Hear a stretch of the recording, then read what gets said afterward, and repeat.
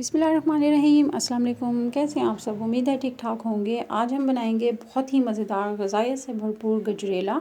गजरेला जो है सर्दियों की सौगात है और बहुत ही मज़ेदार बनता है। जितना ये खाने में मज़ेदार होता है इतना ही बनाने में आसान भी होता है।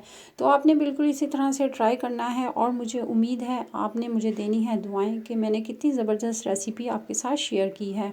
इसको बनाने के लिए मैंने यहाँ पर 6 जो हैं गाजर ले ली हैं। बहुत ही जूसी, बहुत ही फ्रेश गाजर हैं। तो इनको सबसे पहले हम बिल्कुल बारीक ग्रेट कर लेंगे। ग्रेट करने के लिए मैं चॉपर इस्तेमाल कर रही हूँ क्योंकि ये टाइम सेविंग है और आसानी से हो जाता है। तो अगर आपके पास है तो बहुत अच्छी बात है, नहीं है तो कोई बात नहीं, आप ग्रेटर से ग्रेट कर सकते हैं। तो इस तरह से इसको बारी बारी तमाम गाजरों को ग्रेट कर लेंगे। तो जो गाजर साइज़ में थोड़ी सी बड़ी हो उसको आपने दरमियान से काट लेना है ताकि आसानी से ग्रेट हो जाए। तो इस तरह से हम तमाम गाजरों को ग्रेटर में डालते हुए ग्रेट कर लेंगे। ये देखें तमाम गाजरें जो हैं हमने बहुत अच्छी सी ग्रेट कर ली हैं। कितनी ज़बरदस्त, कितनी बारीक ये तैयार हुई हैं, बहुत ही ज़बरदस्त।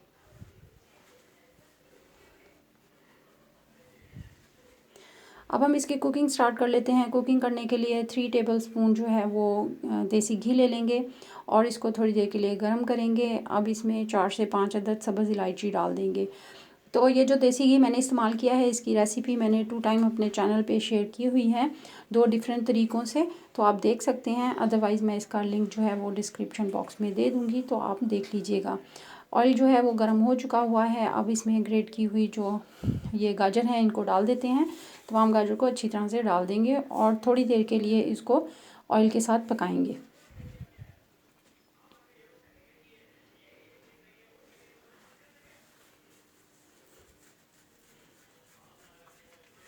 गाजरें जो हैं वो बहुत अच्छे तरह से पक रही हैं।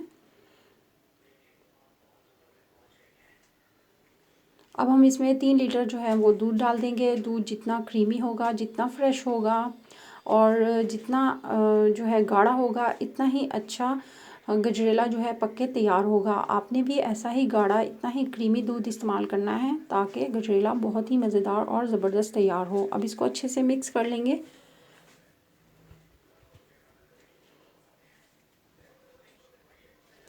जितने ये पक रहा है मीनवाइल चावल चेक कर लेते हैं।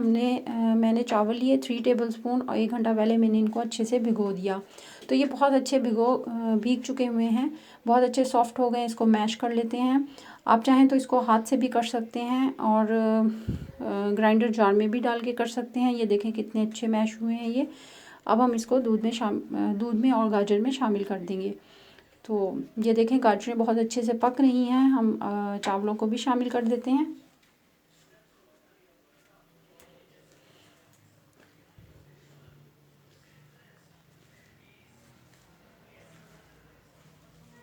तमाम चावलों को अच्छी तरह से डाल देंगे और इसको अच्छे से मिक्स कर लेंगे।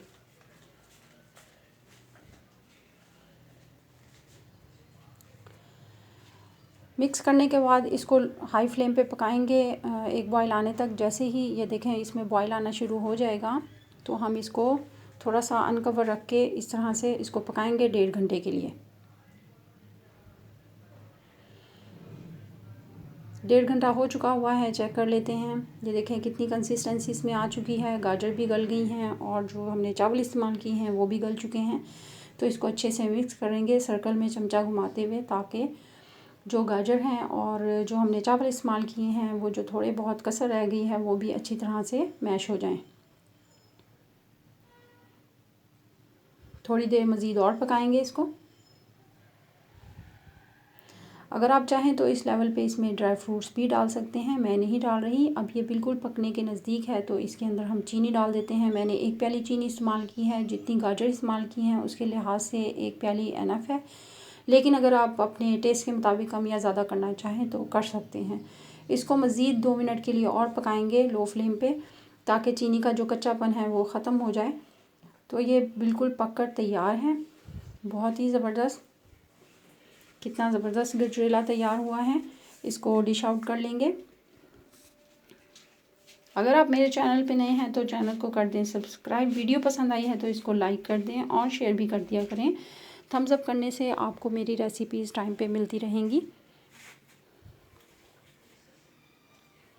इसकी गार्निशिंग कर देंगे बादाम और पिस्ते से, आप जिसे चाहें कर सकते हैं। तो मैं आपको टेस्ट करके बताती हूँ कितना ज़बरदस्त, कितना मज़ेदार गजरेला तैयार हुआ है।